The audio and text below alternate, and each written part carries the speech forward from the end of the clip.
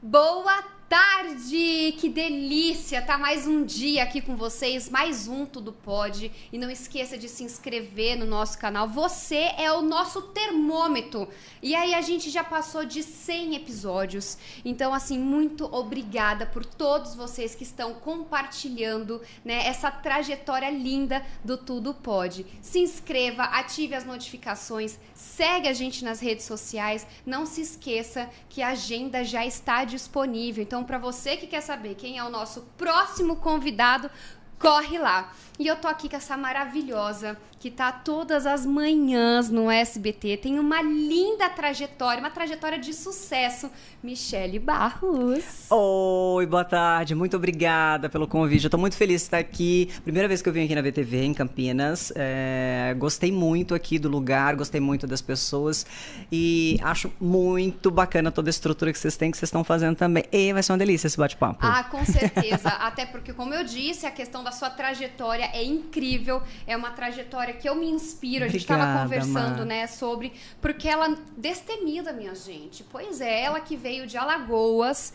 né, tava também, né, trabalhava em afiliada, como aqui, né, que a VTV é afiliada do SBT em Campinas. E aí você meio que deu 2 passos para trás para conseguir chegar onde você está hoje. Toda a minha vida, a carreira, e se você olhar quando eu saí lá de Alagoas, que eu era apresentadora, editora do Jornal do Meio-Dia, lá da afiliada da Globo, e quando eu vim para São Paulo, me falaram assim, Michele, mas a gente só tem vaga na reportagem e você vai ter que fazer reportagem. Eu falei, não tem problema, eu vou. Então eu vim, mudei minha vida inteira, eu tinha um filho ainda criança, e mudei a minha vida inteira, e isso aconteceu naquele momento. E aconteceu depois também, quando eu pedi demissão da Globo, que estava já apresentando, já tinha me consolidado ali, mas eu enxerguei que daquilo ali para frente eu não iria mais. E o meu grande norte de vida eu posso fazer mais e eu posso ir além de onde eu estou hoje. Então eu trabalho para ir além. Porque você se torna uma pessoa melhor também. Assim, é uma trajetória de construção. Quero olhar para trás e dizer assim, nossa, quanta coisa bacana eu vivi e quanta coisa eu aprendi. E quanto mais eu olho para frente, mais eu vejo que eu tenho coisas a aprender. Então, assim, ficar inerte ou achar que eu estou numa posição cômoda me deixa incomodada. Então, eu acho que isso sempre foi o norte assim, da minha vida. Agora eu vou, mesmo que eu tenha que dar 2 passos para trás. E foi assim na minha vida inteira. E essa transição, né? Porque lá em Alagoas, né, praia, uma vida mais tranquila, família, e aí São Paulo, selva de pedras, longe de tudo e de todos, do zero, arriscar. Como que foi um mix de sentimentos? Conta um pouco pra gente. Eu sempre quis vir para São Paulo. Então, assim, desde que eu era pequena, eu sentia que não... Maceió é uma cidade linda, é maravilhosa. Eu sou o que sou graças à minha criação e a tudo que eu vivi em Maceió, em Alagoas, a todas as etapas da minha vida que eu passei por lá. Eu passei por muitas dificuldades lá. E isso me tornou uma pessoa mais forte, né? E eu acho que, na verdade, foi uma grande preparação para próximos passos que eu tive. Então, eu sempre tive vontade de vir para São Paulo. Em Maceió mesmo, muitas vezes eu me sentia deslocada. Eu falava, não é aqui o meu lugar. Eu sei que não é aqui o meu lugar. Amo Maceió, a terra é linda, minha família está lá ainda. Mas eu não me enxergava a minha vida lá. E aí eu vim para São Paulo. Então, na verdade, não me colocou temor. Nunca foi temor. Em todos os momentos em que dizia, vou para São Paulo, diz assim, ok, tenho medinho, estou dando uns passos atrás profissionalmente, né, em termos de, eu apresentava, já era conhecida, enfim. Tinha uma certa comodidade, eu morava numa quadra da praia já essa época, eu tive que deixar isso. Eu deixei meu filho no primeiro momento lá em Maceió e só depois eu o trouxe para cá. Quando eu vim para São Paulo, eu percebi que eu ia ter que batalhar muito mais, porque o custo de vida é muito mais caro, então eu não conseguia alugar uma casa que eu gostaria de ter do jeito que eu tinha lá. Então eu enfrentei outras dificuldades aqui. Mas não foi em nenhum momento aterrorizante, porque para mim agora eu estou onde eu deveria estar na minha concepção desde sempre. Então assim, não foi... Tem aqueles medinhos de novo momento de vida, mas não de... Uau, é São Paulo, essa cidade mesmo, não foi isso. E lá você, como você disse, né, foram diversas funções. Produção, de reportagem, jornalista, apresentadora e também a questão do sotaque, né? Porque você não tem sotaque nenhum hoje. Mas se falar com alguém de Maceió, ele vem. Como que é? Fala lá. Ai, deixa eu lembrar, cara. Eu não vou saber. Pense, ó, que negócio difícil esse negócio, né? Sei lá, enfim. Quando eu ouço alguém falando, é mais fácil. Mas eu aprendi uma coisa. Lá em Alagoas, a gente quando faz... Eu em Alagoas, eu trabalhei na TV Educativa, já virei apresentadora, depois eu fui para afiliada do SBT, apresentadora do Jornal da Noite e repórter, e aí 1 ano me contrataram para afiliada da Globo lá e eu virei apresentadora do Jornal do Meio-Dia, editora. Aí eu percebi, eu sempre quis vir para São Paulo, eu percebi que só me enxergariam fora se eu fosse repórter. E aí eu pedi para ser repórter de rede, né? Me coloca aí que eu quero fazer. Então eu chegava na TV 8 da manhã e saía às vezes 1 da manhã. Porque eu apresentava, eu editava, apresentava, depois da apresentação eu ia para a rua gravar externa para o Jornal Nacional, para o Bom Dia Brasil, para o Jornal da Globo, para o enfim, para o que tem. E as matérias que vão para os jornais nacionais do Nordeste são matérias basicamente de Maceió, de Alagoas, de turismo e do sertão. E aí, nessas matérias que eu lidava muito com sertanejo, eu percebi que eu arrastava bem o sotaque quando eu estava falando. E aí depois eu fui tomando ciência disso, não policiando, tomando ciência disso. E aí eu percebi que se eu for falar com mineiro, eu falo mineirês. Se eu for falar com carioca, eu falo carioquês. Isso é neurolinguística. A gente para se tornar mais próximo do seu interlocutor, você começa a criar coisas para se identificar com ele. E o sotaque é uma forma de identificação. E aí eu realizei que eu estava usando esse artifício para me aproximar sempre do meu entrevistado, que era o meu interlocutor. Então eu faço isso até hoje. Eu tenho facilidade com o sotaque. Se eu escutar alguém falando, eu vou no sotaque, entendeu?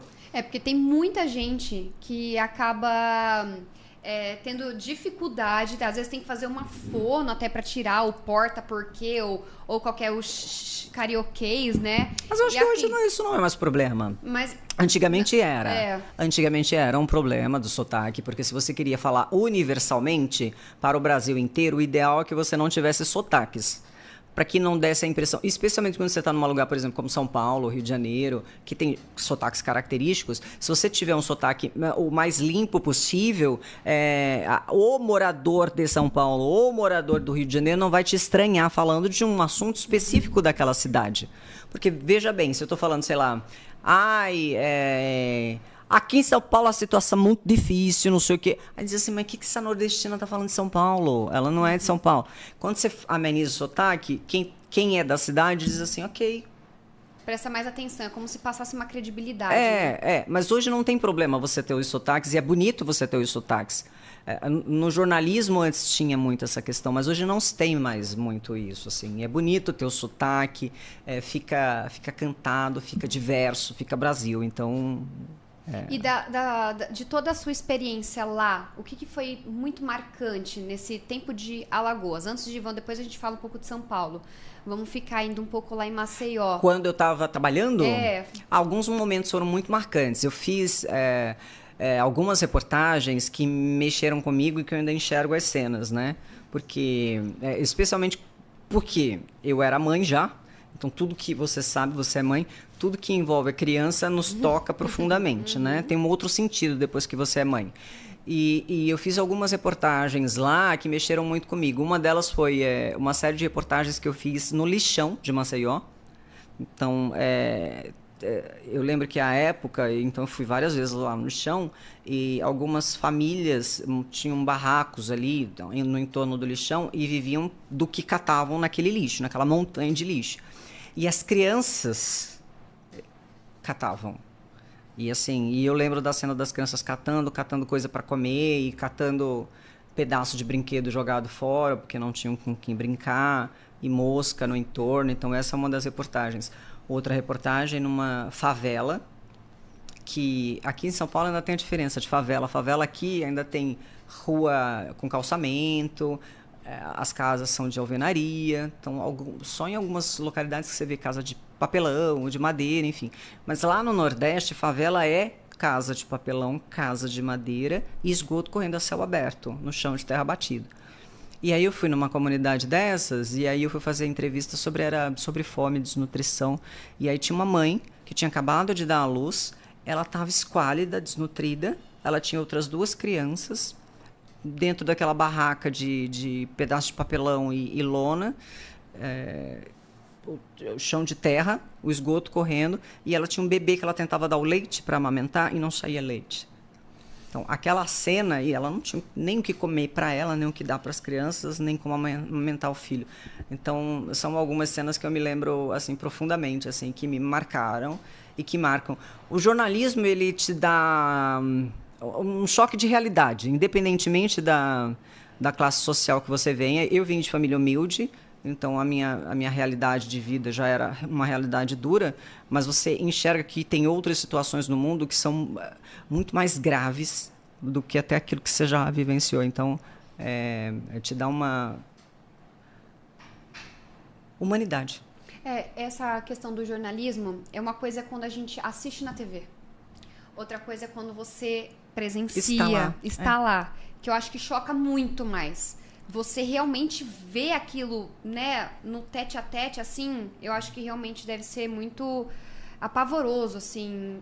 Às vezes não. E aí você consegue até valorizar outras coisas na sua vida que talvez você não valorizasse. Mas, de fato, só o fato de você ter... Bom, a gente tem um exemplo contundente agora, recente, que foi da pandemia. O fato de você respirar é uma dádiva que a gente esquece de agradecer, né? E na pandemia a gente viu isso porque a gente via o sofrimento das pessoas, muitas pessoas próximas até, né? Então, esse choque de realidade, ele é fundamental. E sim, de fato, é diferente você assistir a alguma coisa, porque tem um tempo definido na televisão, tem 2 minutos, 1 minuto, tem um recorte ali que foi feito, tem uma apuração do jornalista. Então, não é a conversa na íntegra que vai, porque não dá tempo de ir a conversa na íntegra. Então, são algumas coisas que o profissional, o jornalista, pensou que vão para aquela história. Mas o jornalista esteve lá e viu aquela conversa, e teve a conversa inteira. Exato. Então, aquilo, se a pessoa for minimamente humana, porque eu sei também que tem maus profissionais em todas as áreas, mas se você for minimamente humano, você não trata aquilo simples como uma simples notícia. Ai, cumpri meu papel, a notícia e tal. Porque eu vejo, às vezes, colegas correndo, não sei o quê, e não dá atenção... devida, talvez, né? Para a pessoa com quem você está conversando. Ela está abrindo a sua vida ali do lado. E, às vezes, eu vejo que algumas pessoas não se atentam a isso. Tem que ter respeito, né?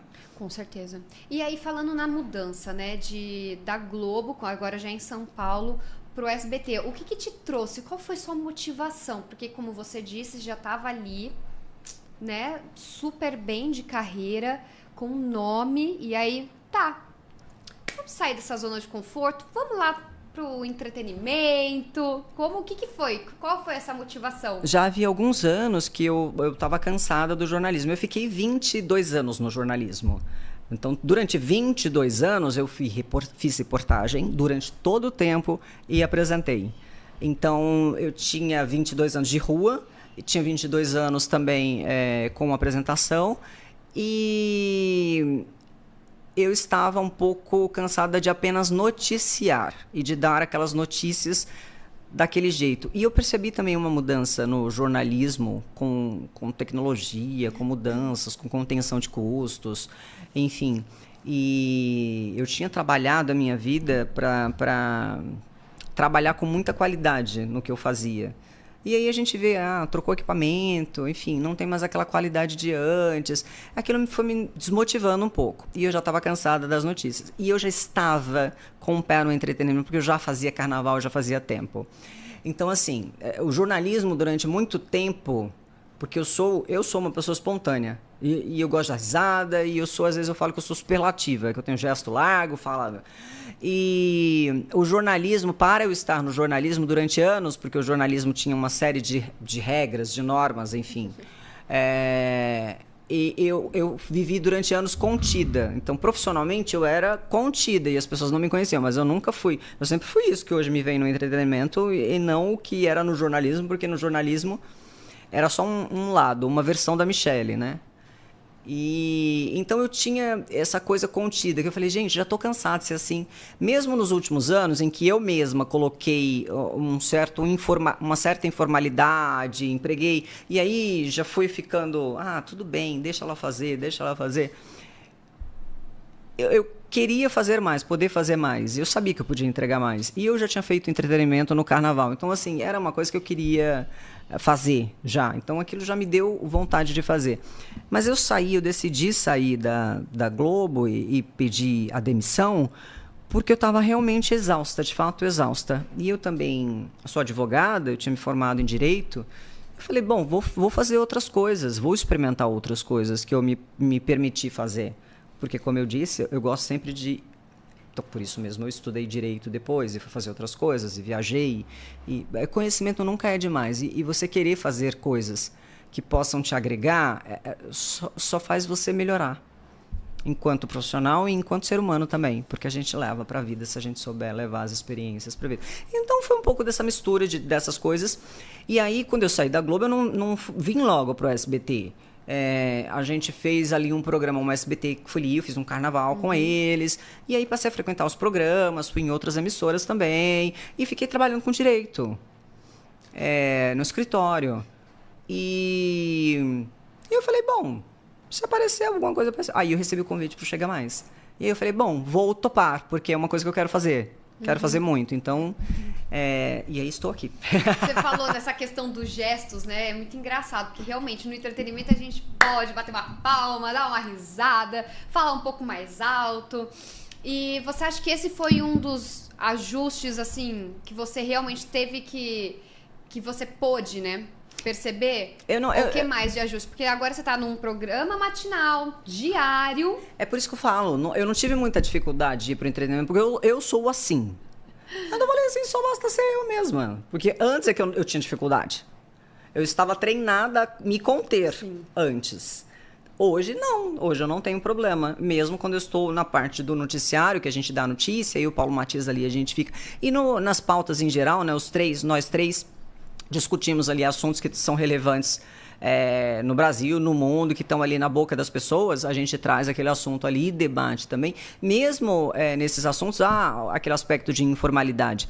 Então, eu não tive grandes dificuldades com relação a isso. De fato, a vida me preparou para isso. Claro, a trajetória toda, que nem eu falei, né? Tanto tempo Deus lá... sabe o que faz. Assim, não, tudo tem uma hora, tudo tem uma razão, tudo tem um porquê. E os passos para trás e os para frente, todos fazem todo sentido quando chega o momento. Porque a gente fica se questionando, né? Sim. Por que aconteceu isso? Por que será que eu não mereço? Será que vai acontecer? E inúmeras dúvidas, pontos infinitos de interrogação. Eu acho que o que a gente tem que se pensar muito é assim, olha...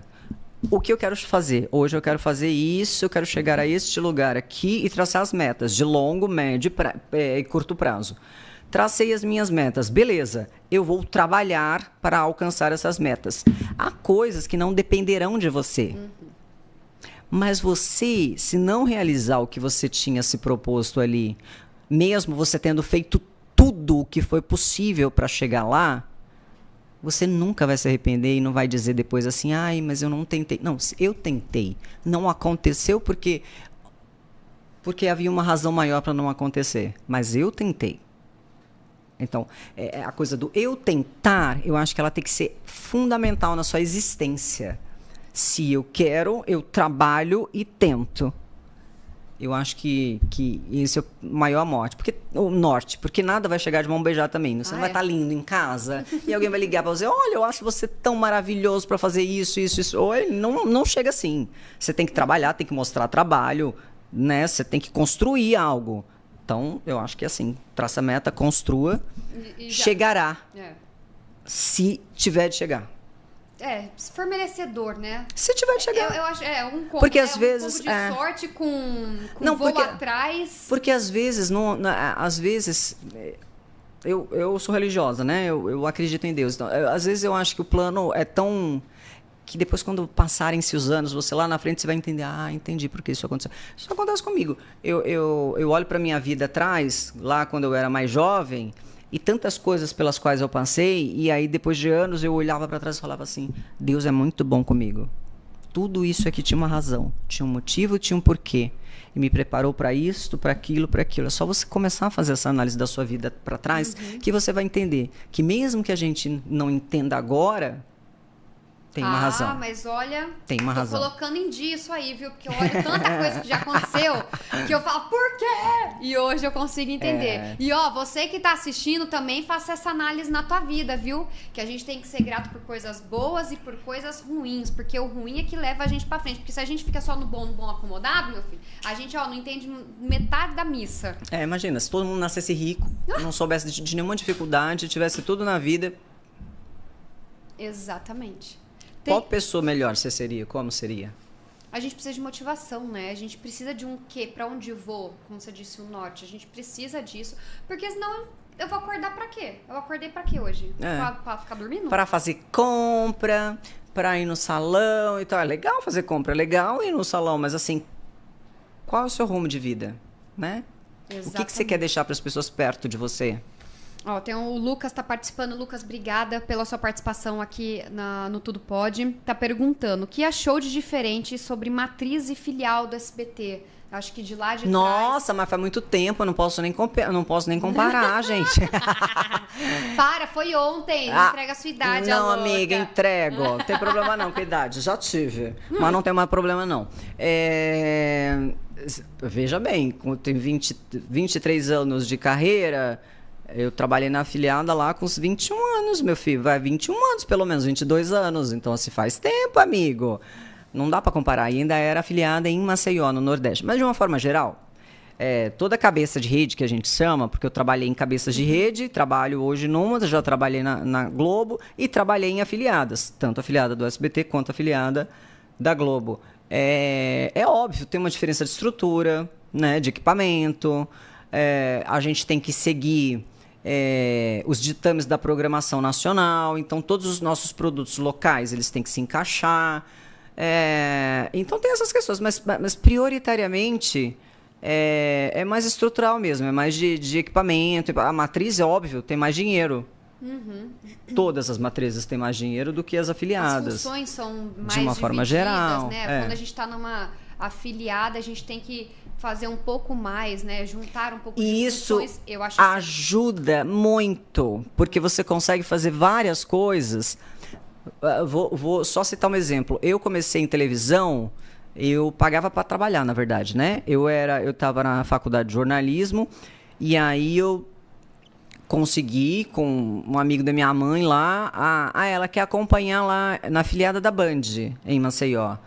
E eu fiquei lá acompanhando ainda no primeiro ano de faculdade. Eu não poderia, mas eu fui. E aí eu digo que eu pagava porque eu tinha que pagar o ônibus para ir. Então eu pagava o ônibus para ir e não recebia nada. Estando lá, uma amiga minha, mas eu comecei a fazer as coisas e ver como é que era. Uma amiga falou, você não quer ir para a TV Educativa? A TV Educativa eu nem sabia que tinha TV Educativa em Alagoas. Muito pequeno, minúsculo, ninguém assistia, enfim. TV do governo. Claro, eu fui para lá e comecei a fazer pauta. Por quê? Porque não tinha ninguém. Então você começa a aprender a fazer pauta. Aí no segundo dia que eu estava lá, nossa, você não quer ir para a rua gravar uma reportagem? Porque não tem repórter e o governador está indo fazer sei lá o que. Eu falei, claro que eu vou. Nunca tinha ido fazer uma reportagem. E eu fui. Aí não tinha nem terminado a faculdade, eu virei apresentador. Já era apresentador, acho que no segundo ano, virei apresentador do programa lá. Então, assim... Tudo na TV Educativa. Na TV Educativa. Aí quando eu me formei, eu fui para afiliada do SBT. Apresentadora lá e repórter lá. Então, assim, a oportunidade de você aprender diferentes funções e te dar a autonomia para você resolver problema, porque você tem que resolver problema na afiliada, não tem outro jeito. Você tem que resolver o problema. Isso te dá ferramentas para qualquer outra função que você vai fazer. Então, assim, quando você trabalha com menos estrutura, você desenvolve mais habilidades. Isso é fato. E quando, agora que você não chega mais, que tem estrutura... você é acompanhado de dois grandes apresentadores também, sim. Paulo, que veio da Jovem Pan, a Regina. Como que é esse entretenimento de vocês? Me conta sobre essa experiência. Eu acho que a grande dificuldade de toda a gestão que pretende desenvolver um programa com várias pessoas é a química entre as pessoas, né? E a gente deu muita sorte. Porque, assim, quando eu fui chamada e logo depois eu fiquei sabendo, você e a Regina, a gente vai ver mais uma pessoa. Tá? Eu falei, Regina Volpato. Gente, Trovão. Faz parte. Trovão. A Regina Volpato, eu falei, nossa, Regina, eu tinha sido entrevistada por ela no Mulheres, que ela apresentava na Gazeta. Eu falei, ela é maravilhosa, mas eu não conhecia a Regina como amiga, eu conhecia só da televisão, da entrevista que eu tinha dado, e aí, eu falei, nossa, acho que vai dar super certo. E aí o Paulo veio depois. E a gente falou, nossa, vai dar super certo. E no primeiro mês, a gente ainda estava tentando se entender ali de tempo. Por quê? Tanto a Regina, quanto o Paulo, quanto eu, comandávamos programas em que nós éramos os únicos apresentadores. Então, a gente tinha o comando. E agora a gente compartilha o comando. E aí tem um momento de fala de cada um e tal. E aí a gente foi se encaixando nos primeiros meses e hoje é assim maravilhoso. A gente se olha, já sabe o que um outro quer, o que não vai.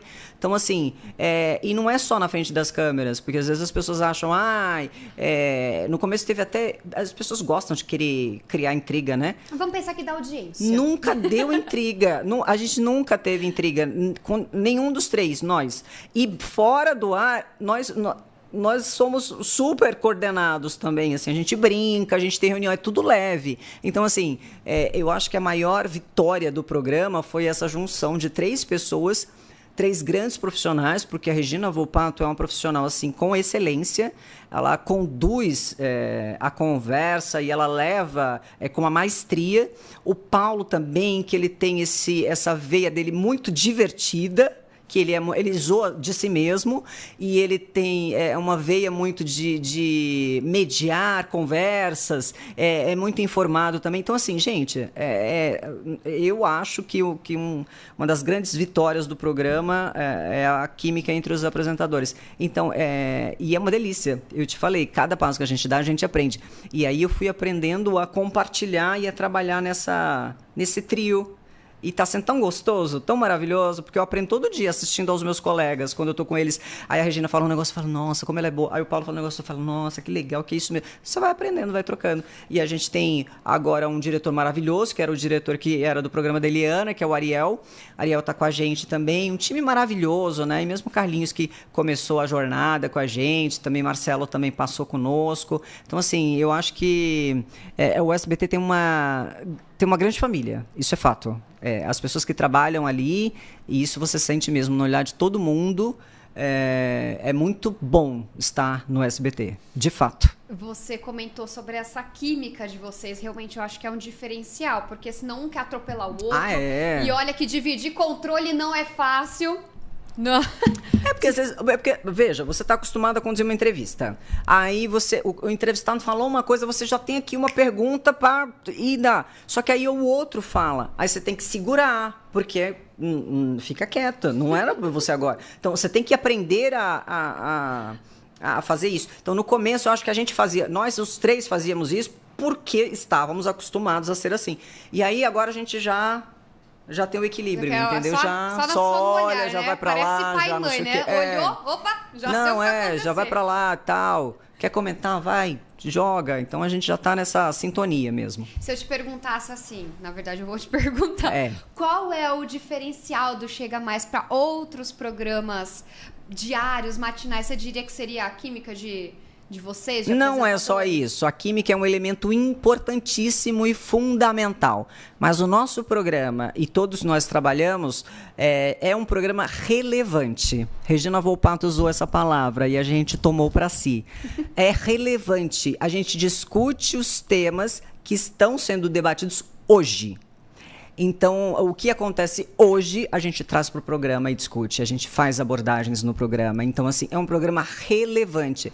Não é um programa de entretenimento, só que tem diversão. Não é isso. A gente faz prestação de serviço mesmo, informação, e a gente destrincha assuntos polêmicos e assuntos relevantes para o nosso povo. Então, a gente hoje falou do caso dos pais influenciadores, por exemplo, entendeu? Que são acusados de se aproveitar da Sossô, da filhinha de 2 anos. Então, debatemos esse tema hoje. É um tema de agora, atualidade. Falamos hoje, debatemos também, trouxemos outro tema importantíssimo, que é câmeras corporais nos policiais militares. O controle deve ficar com o policial ou deve ser a gravação ininterrupta? Então, a gente deu informações sobre o Brasil inteiro. Informações, inclusive, sobre o mundo. Chamamos as pessoas para participarem. Debatemos com uma promotora, a doutora Eliana, com um professor da FGV, o professor Alain. Então, assim, a gente traz os temas de hoje, sabe, que são relevantes. Então, assim, o principal diferencial do nosso programa nas manhãs, e eu falo isso sem nenhuma dúvida, nós somos um programa relevante. E ouso dizer, nós estamos muito mais ligados na atualidade do que os outros, do que nossos concorrentes. Além do que, a gente tem vários concorrentes, né? Sim. Porque somos 4 horas de programação diária para São Paulo inteira, para o país é até 11h30 da manhã, mas para São Paulo vai até 1h30 da tarde. Então a gente enfrenta diferentes tipos de concorrência, né? Porque é muito tempo nas outras emissoras vão mudando a sua grade, a gente está lá no nosso programa, trazendo um cardápio variadíssimo e relevante. A química entre os apresentadores é um plus, é a cereja no bolo do negócio. Você falando nessa questão do cardápio, eu adoro o jeito que você está falando. E eu vou usando para formular as perguntas. Vocês recebem antes? É na hora? Como que vocês, no modo geral, porque eu acho que vocês devem se preparar juntos para debater o assunto do dia seguinte, porque você chega cedo, sai no meio da tarde, ou seja, você passa um longo período dentro da emissora. Como que você fica sabendo já o que vai acontecer no dia seguinte? Tem coisa que já está pronta, tem coisa que vem na hora e vamos bater ali. A gente tem uma programação da nossa produção por dia, e o nosso diretor, o Ariel, ele prepara a agenda dessa, agenda outra. A gente tem algumas pautas que a gente chama de pautas frias, que são assuntos que, tudo bem, se não debater hoje, pode debater amanhã. Sei lá, geralmente assuntos médicos, desde que não haja nenhuma atualidade do assunto médico. Aí a gente tem, então, essa programação diária. Mas a gente só recebe o roteiro do dia seguinte, às vezes meia-noite, para o outro dia. Eu vejo de manhã, porque essa hora eu estou dormindo. Então, eu vejo de manhã. Então, você passa o roteiro. Mas acontece muitas vezes. E por que é só de um dia para o outro? Porque o assunto de hoje provavelmente estará amanhã. Então, a nossa produção corre ensandecidamente para produzir alguma coisa que entre no nosso pacote ali, entretenimento. Então, que você tem uma discussão mais ampla. Então, você tem que trazer entrevistado, você tem que montar... Ai, gente, televisão é uma coisa de um podcast. Esqueci. Aqui ao vivo. Qualquer coisa eu tendi a falar. Um dia desses eu fiz isso no podcast. Me ligou, eu falei, amiga, tá ligando de Maceió. Não dá. Já coloca ela no podcast, vamos conversar, conta as fofocas da Michelle. Minha amiga ligando esses dias, eu falei, amiga, sua louca, eu tô ao vivo. E ela tava mandando, ai, tá ótima a sua entrevista. Eu falei, sua louca, eu tô... Adorei, mas eu já ia perguntar. Conta um babado que a Michelle não quer contar. E aí, então, a gente fecha esse de um dia para o outro, porque tem essa atualidade. Então, não tem como você saber muito. A gente sabe que os assuntos... Mas, veja, são 3 apresentadores já um pouco casca-grossa, né? Que tem anos de experiência. Então, a gente fala que o mais júnior é o Paulo Matias, porque ele é o mais novinho mesmo. Eu tenho 44 anos, a Rita tem 56, o Paulo tem 33. Então, assim, a gente já tem algumas décadas de trabalho. Então, a gente... E eu sempre trabalhei com notícia. Então, notícia... Tá tudo bem, porque eu leio todos os jornais todos os dias, eu acompanho o noticiário todo dia, o Paulo Matias também, a Rê também. Então, assim, nós estamos antenados com as notícias. Então, chegou hoje, a gente passa de manhã, e de manhã eu ainda leio os jornais todos, porque eu abro com aquele bloco de notícia. Então, tô lá com o bloco de notícia rodando. Você tem que saber, você tem que ter uns argumentos, uns sides ali para você dar durante o debate. Então é isso, a experiência ela é excepcional porque te prepara para muita coisa. Então, rapidamente a gente toma a propriedade dos assuntos, entendeu? Que estão ocorrendo. E você comentou também sobre estudo, que você não para, que você está sempre muito informada.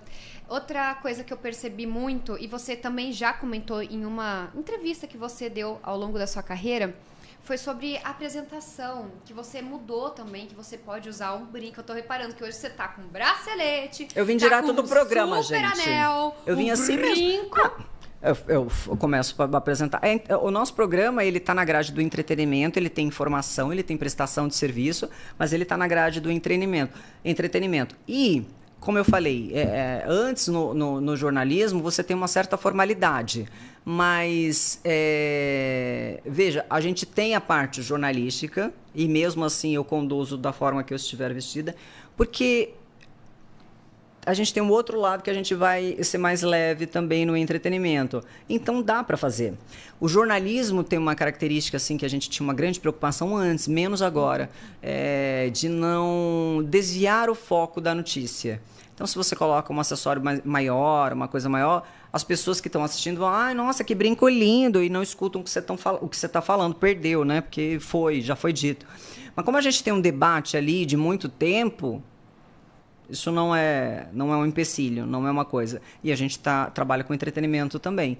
Então faz parte da nossa apresentação ali, trazer elementos também. Então a gente fala de moda, então a gente tem que estar antenado com a moda. A gente fala de beleza, então a gente tem que estar antenado com a beleza, porque é um programa prioritariamente feminino. Então a gente fala muito, nosso público maior é um público de mulheres, então a gente fala com as mulheres, então a gente conversa com as mulheres. Onde que você foi no estudo, lá quando você estava estudando jornalismo, que você aprendeu essa questão do esmalte, da vestimenta, da confiança que o próprio look traz para quem quer passar a informação? Onde que você aprendeu isso? Eu aprendi antes, na verdade, porque quando eu terminei o colégio, eu não sabia o que eu queria fazer. Não, minto. Eu queria fazer medicina. Aí eu fui ver um vídeo de medicina. Aí eu vi um vídeo de neurocirurgia que eu falei assim, porque eu sou leonina, né? A pessoa disse assim, não vou fazer coisa básica na medicina, vou ser cirurgiã de cabeça. Não sabia nada da vida. Aí fui ver um vídeo lá de neurocirurgia, quando eu vi aquilo eu falei, em nome do Senhor, Deus me livre e guarde. Não quero isso pra minha vida. Aí fiquei perdida, sem saber o que eu ia fazer. E aí eu não podia pagar, aí tinha terminado o colégio, não podia pagar cursinho, minha família é muito carente, aí eu fui trabalhar no shopping de vendedora. Eu comecei a ler revista de moda, e aí eu passei a me interessar muito por moda, e aí eu decidi fazer jornalismo por causa de moda. Eu jurava que eu ia ser jornalista de moda. Eu nunca fui, nunca escrevi sobre moda. Caí na televisão e lá fiquei. E como que entrou no direito? Porque eu também queria fazer direito. Tem alguma coisa que você não queria fazer? A medicina? Não, eu faria outras coisas. Eu faria arquitetura. Na medicina eu tinha certeza naquele dia que eu vi que eu não faria medicina. Aí, quando eu converso com algumas pessoas que são da área do direito, vem muito de família. Alguém não? Não. Nada. O que te trouxe a inspiração do direito? E do jornalismo? Eu mesma. Os seus pais, eles... Eu não tenho pai, eu não conheço meu pai. E a minha mãe, ela era pedagoga. Dava aula no magistério. Ponto. Minha avó era pedagoga, meu avô foi guarda municipal e caixeiro viajante. Então... Agora, assim, meu avô, antigamente, né, os senhores, eles liam muito jornalzão e tal. Nossa, então, eu via o meu avô lendo jornal. Então, talvez isso tenha me influenciado de alguma forma.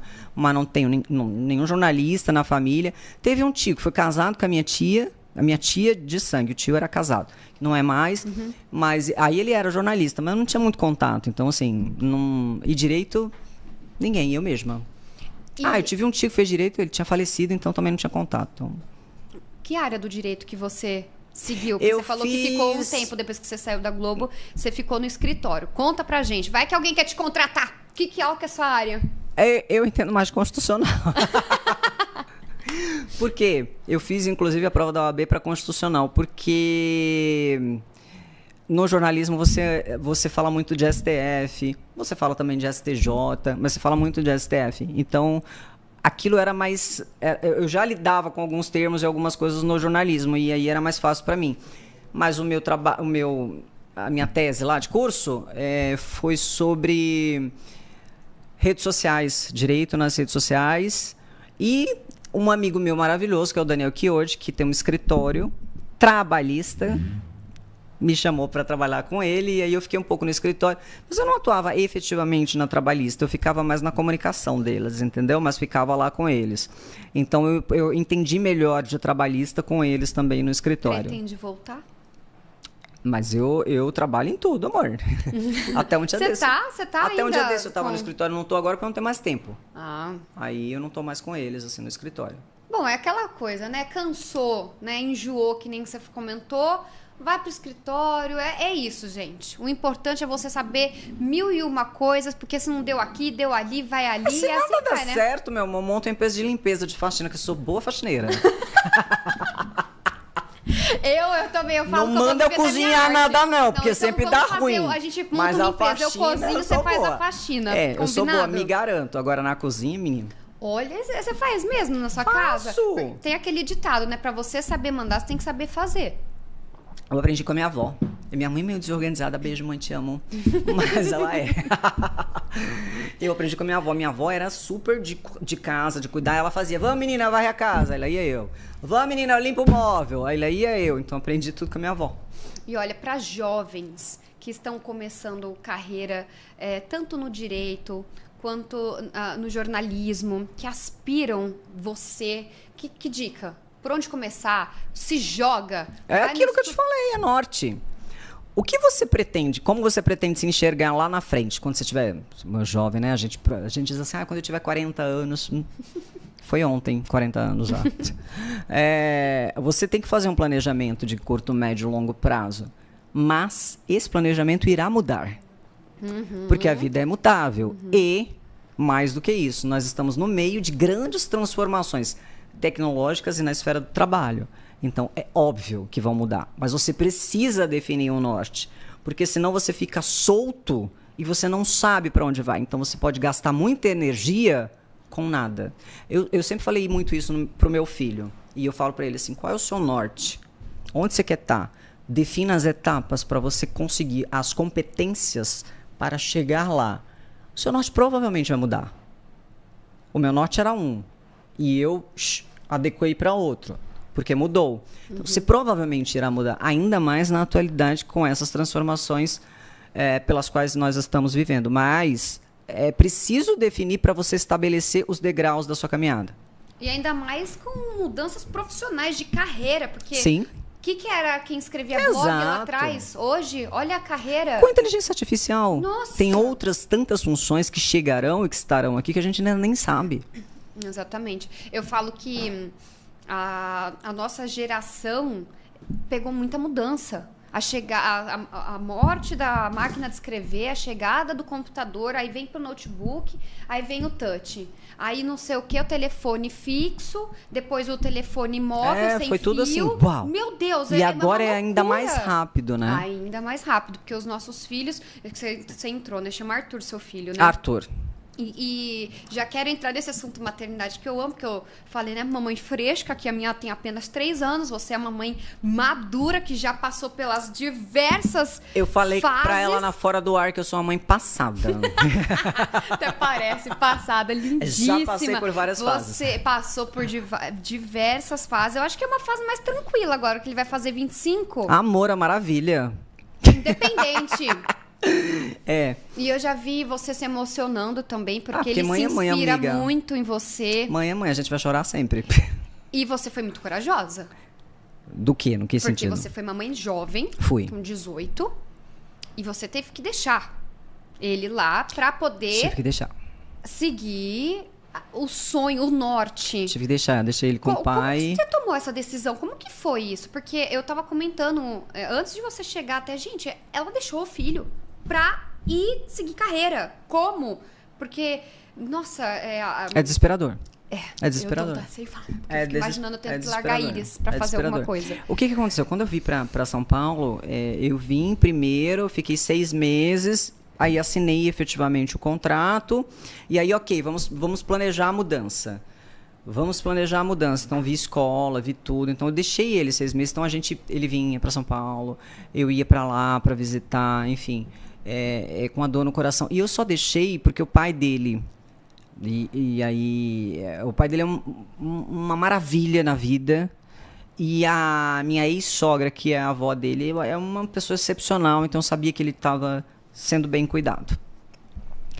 E aí, quando eu vim para São Paulo, trouxe ele, quer ir nessa escola, quer ir na outra escola, quer ir na outra escola. Eu fui descobrir que eu era muito pobre, né? Que eu não podia pagar as escolas muito caras aqui, que é muito diferente. Ele lá em Maceió estudava numa das melhores escolas, e aqui em São Paulo eu falei, gente, que absurdo esse preço. É muito diferente o custo de vida. E aí, ele escolheu uma escola, ele veio e ficou aqui. Só que assim, a minha vida aqui era... jornalista, não tinha horário para trabalhar. Não tinha horário para voltar. Ele ainda tinha 11 para 12 anos, 10, 11, 12 anos. Então, ele ficava muito tempo sozinho. Eu não tinha funcionária. Então ele ficava o tempo, geralmente eu estava trabalhando, ele estava na escola, no outro horário ele ia pro inglês. Então assim, aí ele começou a se virar, ele comia no restaurantezinho do lado, ele ia para a escola. Então, ele ficou vivendo uma vida tão solitária que assim, e aí depois de um tempo ele falou: mãe, eu quero voltar para Maceió. Aquilo foi como uma facada em mim, assim, porque... E aí eu parei e pensei, eu falei: eu estou sendo egoísta. Porque eu trouxe ele para cá e ele não está preparado. Essa é uma escolha minha, não é uma escolha dele. Eu falei: eu não posso pensar em mim, eu tenho que pensar nele. E aí ele voltou para lá. Eu lembro a vez que eu estava deixando ele no aeroporto, levando ele, eu chorava. Mas chorava. E aí eu fui trabalhar ainda chorando. Mas por que eu vim para São Paulo e atrás dos meus sonhos? E ele fala isso hoje... graças a Deus, mas com mais tranquilidade. Mas, porque quando você é mãe, você... E isso acontece muito com as mães. Acontece com alguns pais também, mas não são todos pais. A gente começa a anular coisas da nossa vida para dar conta da criança, porque tem que ter isso. Só que você tem que olhar que lá na frente, você tem que dar todas as condições para que a criança tenha a sua própria vida. A vida dela não pode ter nenhuma relação comigo. Não pode ser o reflexo dos meus desejos, dos meus sonhos. É a vida dela. Então, eu sempre tive isso muito claro com o Arthur. Eu sempre criei ele para ser um homem independente. O Arthur sabe lavar, passar, cozinhar, e ele faz isso. E desde criança eu ensino ele a guardar as coisas, forra a cama, cuida aqui, porque você tem que criar seres independentes. Então eu sempre fiz isso com ele. Eu sempre alertei, sempre disse a realidade das coisas, cumprimenta as pessoas, ninguém é melhor do que ninguém. Olha ali, tá vendo essa criança está passando fome e tal. Então a realidade precisa ser mostrada, porque a gente vive numa condição melhor e às vezes quer criar os filhos em bolhas. E isso os torna fracos. Porque ser criado em bolha, você não sabe o que é o mundo. Então eu tentei tirar bolhas do Arthur e mostrar o mundo para ele desde cedo. E talvez eu por várias vezes me perguntei: nossa, você está sendo muito dura com ele. Conversei com ele e ele, depois de anos, ele falou: mãe, muito obrigada. Tirou um peso das minhas costas, né? Porque ele é um rapaz muito com o pé no chão, sabe? Muito ciente de tudo. E ele também fala depois: eu entendi que a senhora precisava tomar esse rumo porque a gente tem que criar ele para ter o norte dele e a vida dele. Mas a gente não pode largar 100% da nossa vida e dos nossos sonhos. Porque se a gente largar, a gente vai começar a infligir na criança os nossos sonhos não realizados. Eu não posso culpar o meu filho, eu não poderia culpar o meu filho. Eu fiquei em Maceió por causa do Arthur o resto da vida. Tá vendo? Se eu tivesse feito isso, se eu tivesse ido para São Paulo, se eu tivesse trabalhado na Globo, se eu tivesse me arriscado, se eu tivesse a tudo ser diferente e eu olhar para o Arthur e ficar culpando o Arthur, nunca, jamais, ele não poderia ser alvo disso. Então eu acho que assim, é duro, é uma decisão muito difícil, mas eu acho que toda mãe tem que mensurar até que ponto é o caminho dele, até que ponto é o meu caminho. E quando o Arthur cresceu, quando ele fez 18 anos, eu falei: filho, todas as escolhas são suas. E eu lembro que no início ele era muito preocupado com o vestibular, que a faculdade quer fazer, e eu senti ele muito travado, porque eu acho que ele achava que a gente cobrava dele, eu e o pai dele. Até que eu sentei com ele e falei: Arthur, você pode fazer o que você quiser, a vida é sua, não se preocupe comigo, não se preocupe com seu pai, não são escolhas nossas. É sua vida. Você pode morar onde você quiser, você pode fazer o que você quiser, você pode gastar o seu dinheiro como você quiser. Você vai responder pelas suas responsabilidades. Se você fizer bobagem, você vai preso, porque já tem idade para ser preso, você vai preso, você vai responder. A sua vida é sua. E isso tirou um peso também das costas dele. Então eu acho que a gente tem que ter essa ciência. A vida do filho é a vida do filho, a minha vida é minha filha. É a minha vida. Os meus sonhos são os meus sonhos. Eu não posso eliminar todos os meus sonhos, porque depois eu corro o risco de culpar um filho por isso. E não foi culpa dele. E aí cresce até uma criança meio traumática, né? Não, você mesmo cresce cheio de... Passa a viver cheio de frustrações e fica largando. A pessoa frustrada sai descontando todo mundo, né? Coisa chata. Aí é melhor você organizar isso consigo mesmo antes de dar problema. Mas não é fácil, não é uma decisão fácil. Claro, depende de cada situação, depende de cada momento. Você sentiu uma certa... Hoje eu acredito que existe menos, mas lá atrás, na época que você tomou essa decisão, porque existe muito preconceito com mães no trabalho, né? Ainda isso é pauta em diversos lugares. Senti várias vezes falar, mas você deixou o Arthur? Você deixou? Eu falei, não, mas ele tá bem. Ele não estaria bem se estivesse comigo aqui. Eu falei, ele tá bem. Eu vou sempre lá visitar, ele sempre vem aqui. Porque a preocupação era com ele. Agora, a época em que eu fiz isso, e a gente está falando, meu filho tem 25, de 15 anos atrás, né? Mais ou menos. 15 anos, 16 anos atrás. Não tinha tanta rede social, né, amiga? Exato. Era um pouco mais fácil. Qualquer movimento, a gente não tinha um monte de gente escrevendo julgamentos sem nem te conhecer, sem nem saber o contexto da sua vida. Porque hoje é isso que acontece, né? E como que você conciliava, logo que ele nasceu, que você trabalhava lá, como que você conciliava a maternidade com o trabalho? Com a faculdade. Com a faculdade. Mas você já estava trabalhando, não era na faculdade que você já conseguiu estágio? Sim, trabalhava, estudava e tinha criança pequena. Como? Me explica. Eu não vou falar que você dava conta, porque não existe isso, dava conta. É aquela coisa, fazia aqui um pouco ali. Sei lá como é que eu fazia. Eu fazia, amiga. Eu só fazia. Não tinha remédio. Faz aí, era isso. E não tinha carro no começo, tá? Era de busão mesmo, pra lá e pra cá. O meu filho, eu fui muito abençoada, porque uma das minhas melhores amigas, a Natália, a gente era muito amiga, minha irmã e a mãe dela tinham creche escola.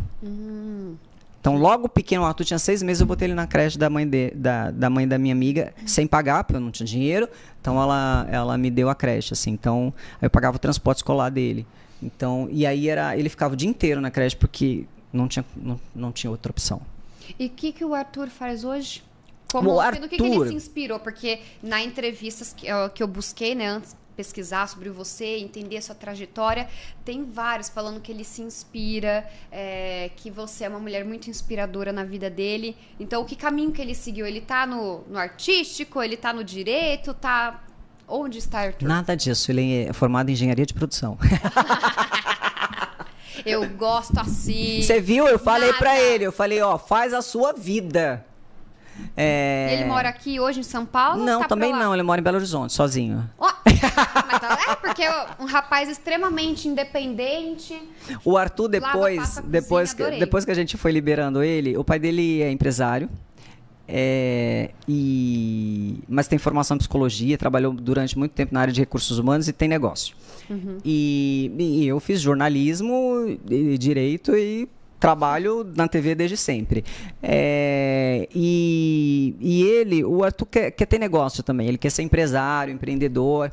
Ele já tem investimento na empresa do pai. Ele mesmo guardou dinheiro, colocou dinheiro lá. Abriu uma outra empresa junto com o pai. Então, ele trabalha e se formou lá na PUC. E aí, ele fez vestibular e aí ele disse assim, eu vou fazer em Minas. Mas por que você vai fazer em Minas? Vem para São Paulo. Tem os melhores colégios aqui em São Paulo. Não, fazer em Minas. O pai dele já tinha algumas coisas lá de trabalho, mas não tinha uma sede, não tinha casa, não tinha nada. O pai dele é de Maceió. Ele falou, não, vou fazer em Minas aqui e tal. E fez em Minas, se formou em Minas, ficou morando lá em Minas, terminou de formar. Eu falei, de repente ele vai querer vir para São Paulo. Não. Minas, eu falei assim, você foi muito espertinho, você se livrou de mim e do seu pai. Ele falou, claro, não aguento mais vocês. Coisas de adolescentes jovens, né? Ai, fica longe dos pais. Eu criei ele pra ser assim, né? Porque mas depois... um pouquinho perto é bom, vai, só um pouquinho. Não, gente, pega avião, não pode. Hoje tem FaceTime, tem essas ligações que você mostra a pessoa, já tá tudo ótimo. Você sabe que eu sou assim, né? Com a minha mãe, que minha mãe é viúva. Mas com a Iris eu sou tão assim, ai, filho, mas eu crio ela também pro mundo. Eu já tenho um pensamento muito parecido com o seu, porque minha mãe me criou assim. Mas a gente não pode criar filho na bolha, não. Vai, gente. se joga. Saiba das suas responsabilidades. O errado é isso. E faz assuma acontecer. o erro quando acontecer. Exatamente. Abraça o problema. Abraça o problema e aprenda. É porque ela é pequenininha. Só que você ainda tá vivenciando. Aproveita você que passou por tanta coisa na maternidade. Para mães, né? Porque tanta mãe tá passando por essa situação. Que talvez sejam mães solo ou que estão casadas, mas tá vivendo uma dificuldade entre trabalho e maternidade. Que dica que você poderia dar para quem tá enfrentando esse momento, né? Meio que em cima do muro, vamos dizer. Só vai. Só vai. Porque quando a gente é mãe e está nesse tumulto, ainda mais nos primeiros anos da criança, você não tem muita escolha de fato. Quando eu vim para São Paulo, o Arthur já tinha 10 anos, se não me engano. Então ele já estava mais crescidinho, não tinha uma necessidade tão grande. Os primeiros anos é muito difícil, é muito complicado. É muito difícil mesmo, porque você tem que fazer as coisas. Você não tem tempo muito bem de pensar, porque não dá mesmo muito tempo de pensar. Então, assim, você tem que manter no foco o que eu prometi, o que eu planejei para minha vida. Porque filho não pode ser empecilho. Você não pode permitir que um filho, que é uma coisa maravilhosa, linda na sua vida, se transforme numa desculpa de frustração mais pra frente. Não. Pode ser que você tenha que adiar um pouco o plano, mas vai. Então, assim, manter isso na cabeça. Não, já vai passar. Daqui a pouco ele não vai precisar tanto de mim, eu vou conseguir fazer outras coisas. É só isso. Só coragem e vai. E vai. Tem até uma pergunta, né, da Kátia Oliveira. Obrigada, Kátia, pela sua participação, que eu acho que essa resposta super se encaixa, porque ela pergunta, né, como que você conciliou a maternidade com a correria de São Paulo? Mas já que ele veio com 10 anos, fica bem diferente. Mais fácil. Eu falei, ele tinha que ficar muito tempo sozinho. Ele ficava muito tempo na escola, no colégio, depois no inglês, depois ia pro esporte. Tudo ali perto, que eu morava do lado da escola. Aí o restaurantezinho do lado da escola, aí tinha o vizinho que olhava. Então, assim, era muito pertinho, mas ele já era maior. É bem diferente, de fato. E vamos às perguntas da Eduarda Falcão. Você considera esse momento da sua vida melhor fase ou tem algo que você ainda deseja conquistar? Tem várias coisas que eu desejo conquistar, amiga.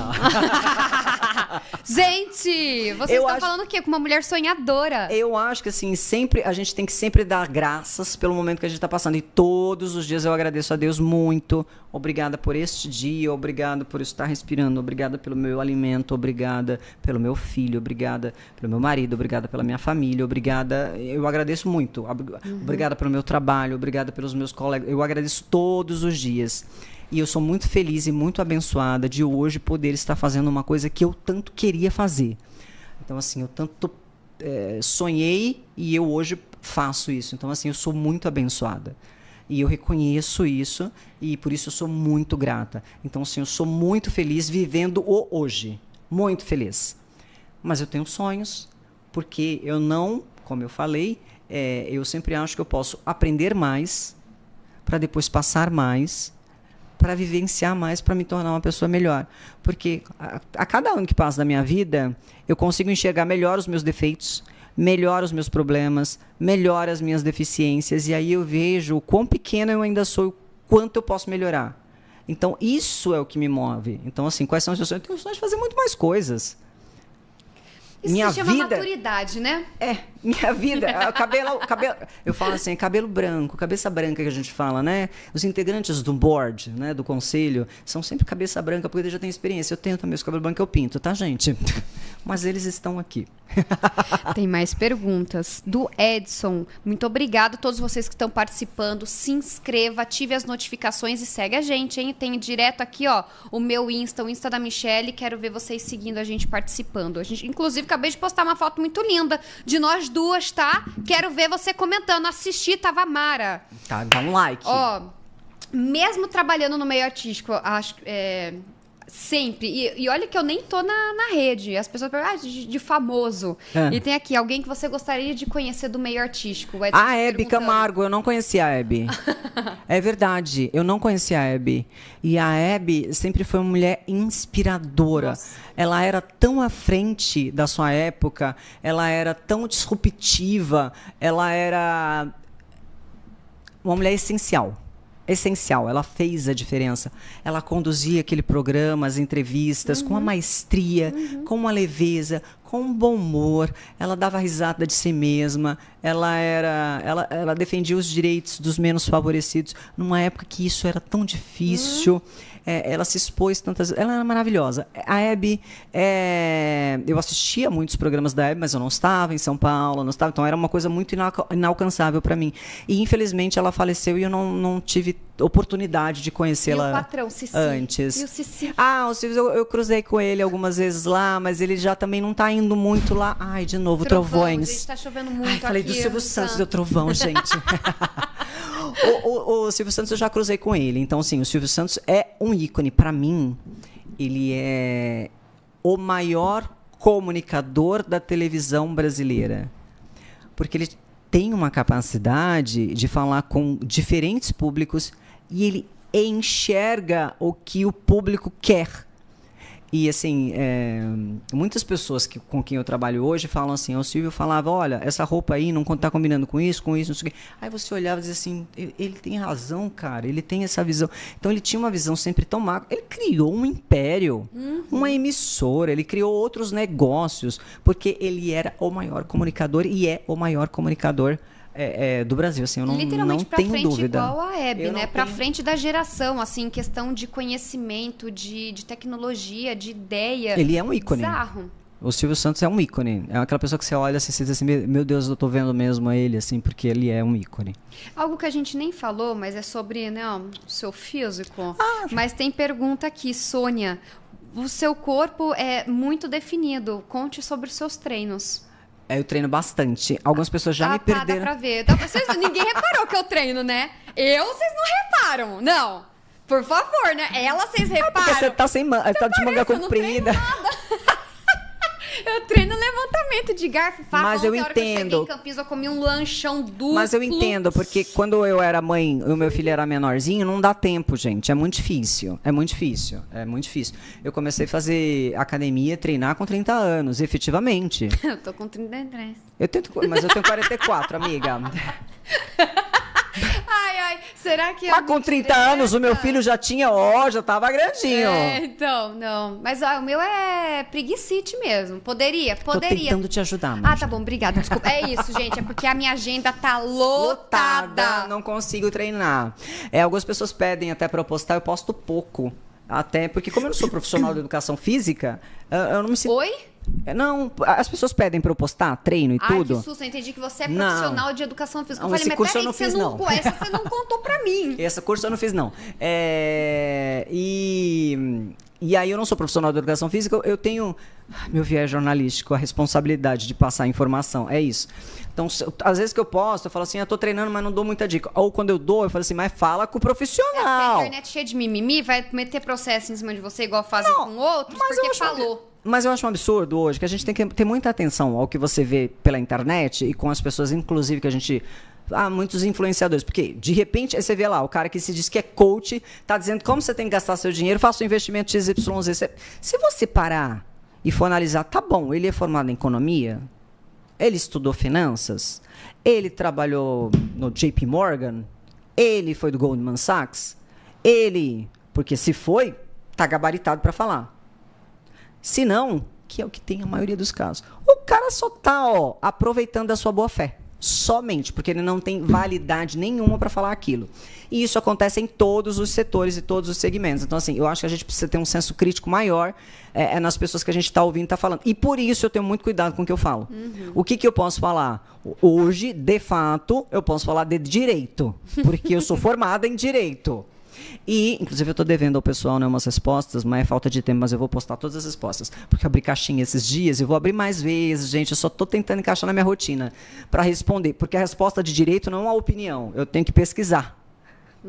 Porque são áreas variadas e eu não sou especialista nas áreas variadas, na civil, na criminal, na consumidor. Então eu preciso dar uma olhada para dar uma informação certa. Então esse cuidado com a informação que você tem que ter faz parte da minha vida, porque é jornalismo. Então qualquer coisa que eu falo, eu tenho cuidado com o que eu falo. Ainda mais uma pessoa pública como você. Aí eu tenho cuidado com o que eu falo, mas eu tenho mais responsabilidade porque eu sou jornalista. Isso faz parte da minha ética, né? Então, e aí de fato eu posso falar de notícias, né, e comentar notícias, porque eu sou formada nisso, e de direito. E você pode falar qual a sua comida favorita? A comida favorita. Coelho está perguntando. Amigo, é o seguinte. Quando eu engravidei, eu tenho algumas comidas favoritas, mas a mais favorita, tudo bem. Quando eu engravidei, eu fiquei com desejo de panqueca de carne moída. Eu amo panqueca de carne moída. Mas não foi quando eu engravidei, não. Foi no dia do parto, amigo. Tive que fazer até lavagem depois, porque começou às 2 do parto e eu tinha comido um monte de panqueca. Mas tudo bem, fiquei feliz. Essa é a minha segunda comida favorita. A minha primeira comida favorita é lasanha. Bolonhesa mesmo, bem lasanha bolonhesa. E vinho. Bom, Aí eu fui fazer cirurgia de desvio de septo. Aí no outro dia não. Horas depois, o médico falou assim, você gosta de lasanha? Eu falei, o quê? Aí ele falou, você tava lá bem louca com o remédio, tá dormindo, e falou assim, ai, agora eu queria uma lasanha e uma taça de vinho. Ele trouxe pra você ou você escutou esse médico? Doutor, eu só falei isso, né? Ele falou, não, Michele, ele só falou isso. Fica calma, graças a Deus. Aí eu tive certeza absoluta que a minha comida favorita é lasanha. Olha, você teve mais algum desejo, assim, Não, na minha gestação não. Não, só a panqueca mesmo, que eu fui no último dia. Arthur ia nascer e eu panqueca com carne moída. Bom, ainda bem, porque ele não nasceu, eu já olhei ele é muito bonito, parabéns pelo seu bonito, filho. ele é lindo. Inclusive o meu namorado também chama Arthur. Um nome lindo. Acho que é pelo nome, ele não tá com cara de panqueca. Não, graças a Deus. Ai, que horror. Ai, que história péssima, filho, desculpa. Não, imagina. Thaís Bratz está perguntando sobre erros de gravação. Os mais engraçados, marcantes, pra você comentar aqui com a gente agora do Chega Mais. Erros de gravação? Ixi, não vou lembrar não, amiga. Erros de gravação não dá, né? Do ao vivo, assim, mas algo que aconteceu ali entre vocês. Não, mas tem gravação, porque... Ah, ela tá perguntando do Chega Mais? Isso. Ah, tá bom, porque aí já fez um corte que eu fiquei pensando em 23 anos de carreira. Eu falei, meu Deus do céu. Misericórdia, não cabe no Reels. Jesus! Do Chega Mais, erro de gravação, erro de ao vivo, né? Sim. Ah, algumas coisas que aconteceram, tipo... Esses dias, 2 vezes caiu, gente. Caiu um negocinho que protege a luz, é que não tava no ar. Quer dizer, o Paulo Matias tava falando um negócio ali, não tinha câmera pra mim e pra Regina. Aí, em cima da cabeça da Regina, e eu tomando água assim, pra Regina. Ela falou, o quê? Aí virou assim o negócio, eu tinha um negócio caindo da luz. Mas ainda bem não era nada pesado, né? Não, era um negócio leve. Aí ela falou, amiga, eu tava entendendo nada que você tava falando. Eu falei, o negócio, eu tava engasgando, o negócio caindo na sua cabeça. Aí passou-se, acho que 2 semanas depois, o negócio de novo caiu na cabeça. E eu de novo com água. Eu falei... Gente, mas e de vocês novo não estão fora do ar. prendendo direito o negócio lá, hein? Eu falei, gente, tá bom isso não, vai cair todo dia esse negócio aqui. E outra vez, eu acho... Até no camarim, vocês devem fazer gente, muita palhaçada. A gente faz. Mas todo dia, as bobagens, a gente bota no ar mesmo, pra dar risada da gente mesmo, porque isso que é bacana.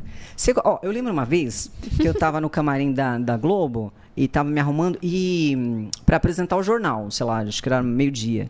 Aí saí correndo com um salto desse tamanho, igual que eu estou hoje, que um salto daqueles tamanhos, sabe que a gente tem de... Vou até olhar. No corredor... Amiga, tô com um salto maior ainda. Misericórdia! Isso aqui foi culpa do meu figurinista, tá? Eu vou levantar aqui. Meu Deus! É uma arma isso, né, gente? Uma arma branca. Misericórdia, Em nome do Senhor. Você viu o tamanho? Aí, isso daqui é desculpa de figurinista pra não fazer a barra da roupa. Porque eu sou uma pessoa baixinha. Quanto você tem de altura? 1,60. Entendeu? Aí a roupa veio com a barra maior. Vamos botar esse sapato aqui que resolve. Aí, voltando ao assunto lá, eu tava lá com um sapato tipo desse e tinha que ir no corredor, sair e subir no outro prédio pro estúdio que ficava lá em cima. E tava meio em cima da hora, atrasou na maquiagem, eu saí e a menina tinha encerado o corredor inteiro. Tava tudo enceradinho, lindo, as meninas enceraram tudo. Aí eu saí correndo e fiz assim, bebê, sabe aquele quando você faz... Foi. E cai de bunda no chão. Aí tinha um pessoal do outro lado, lá no corredor, que é uma parte aberta. Do outro lado do corredor. Aí todo mundo se segurou a rir. Meu Deus do céu, você tá bem? E eu, eu tô ótimo, eu só tenho que dar tempo de eu subir pro jornal. Quem nunca, né? A gente tem que dar risada, gente. Se ficar bravo, então, não dá. Que bobagem que a gente faz lá no Chega Mais, tá no ar. Pode procurar lá no nosso YouTube que tá lá, Chega Mais SBT. E tem cortes, sempre tem, né? Ou os cortes no Instagram também. Exatamente. Júlia Souza tá perguntando como que foi a preparação para você apresentar eventos como os desfiles, né, de grupo especial em São Paulo. E se você também compartilha alguma história dessa experiência. Eu, durante toda a época em que eu fiquei na Globo em São Paulo, eu fiz carnaval. As transmissões de carnaval. Por causa desse meu jeito espontâneo, que eu falei que eu naturalmente era assim, então, quer dizer, na frente do vídeo, fazendo jornalismo, as pessoas me conheciam mais contida. Mas quem trabalhava comigo sabia que eu era assim. E aí, a minha chefe falou assim, essa menina é boa pra fazer carnaval, porque ela é toda... Então, bota ela pra fazer carnaval. Desde sempre eu fiz carnaval. Chamou você de espalhafatosa na sua cara. Mas eu sou! Não tem problema, gente, eu sou. Eu sou assim, não adianta, é melhor você se aceitar como claro. Eu sou assim, eu tá adoro, ótimo. eu também. É que eu também tenho que, né, fingir que eu sou uma menina contida. Menina contida não, gente. A gente é contida quando tem que ser. Mas eu sou espalhafatosa, sou braba e sou legal ao mesmo tempo. Somos várias. Tá ótimo. Tá ótimo. Mulheres. E aí, eu sempre fiz o carnaval. E quando eu comecei a fazer o carnaval em São Paulo, porque como eu sou de Maceió, eu era acostumado com trio elétrico, com o carnaval de Salvador, o carnaval de Olinda, de Pernambuco e tal. E aí, quando eu vim fazer aqui as escolas de samba, eu me apaixonei, porque tem uma história de vida maravilhosa por trás de cada escola de samba. E cada escola de samba apoia muitas famílias ali, e a escola é a razão de muitas famílias viverem, é o ganha-pão daquelas famílias, porque elas recebem, elas trabalham ali, as escolas funcionam como centros de diversão, centros educativos para a comunidade. Então, assim, muitas pessoas dependem daquilo ali.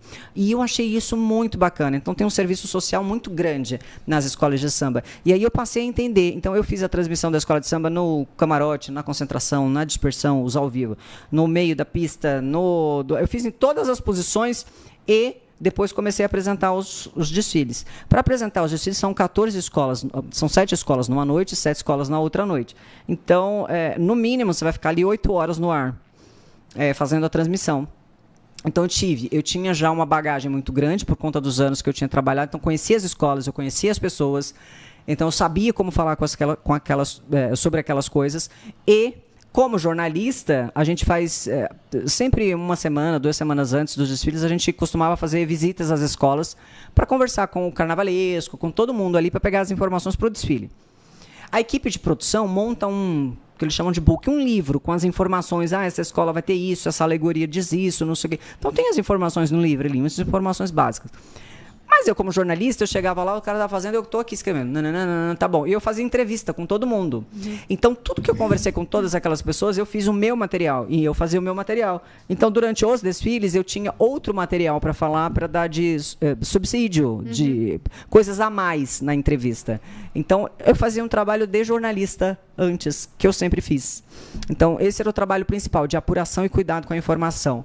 E como eu entendi e conhecia as pessoas, era muito fácil, porque eu sabia quem era quem que estava ali, que aparecia na câmera, você tem que dizer, esse é o fulano de tal, olha lá ela, não sei o quê. Era muito fácil para mim, porque eu conhecia as pessoas todas ali. Então, eu não fui jogada ali, eu me preparei, como é aquela coisa que eu falo, a gente se prepara durante muito tempo. E a primeira vez que eu fiz o Carnaval em São Paulo, a transmissão lá, como repórter, eu falei para mim assim, um dia eu vou apresentar esse carnaval, esse desfile. E eu apresentei. Então, quando você se propõe a fazer coisas... E também tem aquela coisa da cocriação, né? De você acreditar que você chega ali, você já tinha jogado pro universo e Deus trouxe para você exatamente aquilo que você sonhou. Pode não ter sido na hora que você queria, mas é que eu tinha que me preparar um pouco mais. Me preparei. Entendeu? É o que a gente falou. Aí eu entendo, eu disse assim, nossa, foi ótimo, me preparei, tava ótimo, tava maravilhoso. E foi então, que te fez o diferencial, né? E aí tem os outros preparos, né? Aí fisicamente, como é que você vai aguentar todo aquele tempo ali falando? Então tinha o trabalho com a fonoaudióloga, com a Leni Quirilos, beijo, Leni, saudade. Tinha o trabalho também, aí eu montei umas estratégias que eu uso até hoje, para não ter vontade de ir ao toalete durante. Você podia descer e tal, mas eu não queria ficar fora da transmissão, porque lapsos eu acho que atrapalham na condução de uma narrativa. E então tinha estratégia para isso. Então eu cheguei a ficar 11 horas transmitindo, porque dá problema na alegoria, aí você tem que falar do problema, aí tem atraso, você tem que falar do atraso. Ali, né? Então uma transmissão ao vivo. Como eu tinha feito ao vivo durante anos na minha vida, eu fui preparada na vida para aquilo, entendeu? A vida me preparou. Você é do ao vivo, a gente até pergunta, mas a gente não tava ligado às câmeras. Você prefere ao vivo ou gravado? Ao vivo, always. O que tiver que acontecer, acontece. Eu vou bater aqui, vou dizer, é o trovão. Aí, o trovão, é o trovão, gente. Bateu. Se vai alguém me ligar, desculpa. Porque eu acho que o gravado, ele tira a magia da espontaneidade. Porque o gravado, aí você faz assim, eita, tocou o telefone. Aí o pessoal da gravação, o diretor, o produtor, todo mundo diz assim, vamos refazer? Quando você vai refazer uma coisa, nunca é tão espontâneo quanto antes. É verdade. A primeira vez é o que vai. É o espontâneo. Para mim, a espontaneidade ela tem uma força maior do que a estética. Eu acho que é mais rico. Então, eu prefiro ao vivo. Vamos lá, tem aqui Carla Pedroso. Como que você lida com a pressão e responsabilidade de estar à frente de um programa diário? Eu acho que eu me cobro mais. Você se cobra? Você é aquela pessoa que fica... Totalmente. Jura? Eu me cobro muito. Eu sempre me cobrei. Eu sempre fui meio Caxias, meio CDF. O que eu estou entregando? Eu sempre, desde a escola, eu sempre tive cuidado com o que eu falava, com o que eu escrevia. Então, eu tenho esse cuidado, é intrínseco, isso já está introjetado em mim, por força da profissão e dos anos de trabalho. Então, eu tenho muito cuidado com o que eu falo, muito cuidado como eu falo, muito cuidado com as expressões e o momento das coisas. E os anos de carreira te preparam para isso. E aí eu consegui me preparar bem para isso. Mas, ao vivo, você sempre pode soltar. Hoje mesmo, eu soltei uma palavra que na mesma hora eu falei, essa palavra é ruim, maltratado e tal. Falei outra palavra, falei, ruim essa palavra. E corrigir na hora. Você assiste depois o programa? Assisto algumas coisas. Eu não consigo assistir tudo porque não dá tempo, né, amiga? Eu vou assistir de novo às 4 horas. Mas alguns takes, algumas coisas você acaba... Assisto algumas coisas. Aí eu fico pensando depois, putz, deveria ter feito aquela pergunta melhor, aquela entrevista melhor. Será que eu me posicionei tão boa? Assim, e toda vez eu vejo problemas e vejo coisas a melhorar. Sempre tem coisas a melhorar. Marcos Oliveira, quais foram os maiores desafios que você enfrentou desde que começou como apresentadora fixa lá no SBT? Algum momento em que você sentiu grande aprendizagem ou também que você sentiu medo? Que eu senti medo? Não senti medo em nenhum momento. Frio na barriga, sim. Frio na barriga sempre. Isso é uma delícia. Frio na barriga sempre. Expectativa, né? Estamos começando um novo... Como será? Eu acho que os primeiros dias e o primeiro mês foi crucial ali e sempre tinha um frio na barriga maior por conta de saber me encaixar com os meus colegas e saber o tempo das coisas. Porque é um programa novo, ninguém sabia qual era o melhor formato, ninguém nunca tinha feito, então era tudo novo para todo mundo. Então, esse frio na barriga, vamos encaixar? Não vamos encaixar? E até ficar azeitado, porque hoje eu acho que está azeitado, eu acho que isso foi o maior. Então, assim, e isso também considero um grande aprendizado até aqui. Eu vejo que o frio na barriga significa que você está no lugar certo, né? Quando você não sente mais, parece que você perdeu. Quando diz assim, borboletas, estou fazendo algo novo. Isso é legal, vamos fazer? Borboletas na barriga sempre é bom. Borboletas na barriga quando você vai no programa. Primeira vez que eu fui no Raul Gil. Primeira vez que eu fui no Faustão, ainda na Globo. Gente, eu falei, o Faustão, esse ícone aqui. Beijo, Fausto. Adoro o Fausto, a família dele. Agora que tá no SBT, você vai também começar em vários programas da grade, né? Não, o SBT já foi em tudo. Mas vai continuar indo, porque... Já fui várias vezes em outros também, porque eu já ia antes, quando eu estava ainda no carnaval ou logo. Então, assim, o SBT é muito, muito querido, é muito família, é maravilhoso. Então, assim, borboletas na barriga, elas fazem bem para você. Se você tem borboletas na barriga, friozinho, tá tudo ótimo. O medo que te paralisa não é bom. É só talvez aquele medinho de iniciar, depois você vai, aí é só frio na barriga. Vamos lá, hoje tem outra coisa aqui, outra história. Pronto. Eu acho que é dessa maneira que até que a gente pode encerrar o Tudo Pode, falando de borboletas, né? Deixar essa mensagem para você que está assistindo aqui com a gente e depois, né, não conseguiu, tem como ouvir no Spotify também, para você viver, né, com borboleta no estômago. Então, assim, se você quer viver um momento marcante, para você saber se você está no caminho certo, borboletas no estômago, é isso, né? Exatamente. Quando aquilo tá te fazendo mal, você não tem prazer nenhum. Você começa a mudar a pessoa que você é, porque isso aconteceu comigo. Quando eu estava numa tristeza tão profunda de estar fazendo alguma coisa, eu falei, eu não sou assim. E as pessoas começaram a estranhar, mas você não é assim. Eu falei, eu não sou assim. Isso está me fazendo mal, está drenando minha energia, eu não quero isso. Portanto, quando algo estiver te fazendo mal, saiba que não é mais para você estar ali, nem para você fazer isso. Procure borboletas na sua barriga. É isso. Michele, muito obrigada. Ai, eu amei conversar. Obrigada. Olha, eu já causando um acidente. Ao vivo é assim. De verdade. Obrigada mesmo. Obrigada, eu amei conhecer um pouco mais sobre a sua história, de ter a oportunidade de você estar aqui, não só comigo, né, mas com todos vocês que estão aí assistindo com a gente. Muito obrigada. Siga a gente nas redes sociais, tem o nosso @, se inscreva no canal, fique de olho na agenda para você saber quem é o nosso próximo convidado. Quer deixar um recadinho antes da gente dar um tchau, tchau? Quero deixar um recadinho. Ô, gente, todo mundo, assim, de segunda a sexta, 9h30 da manhã, no SBT.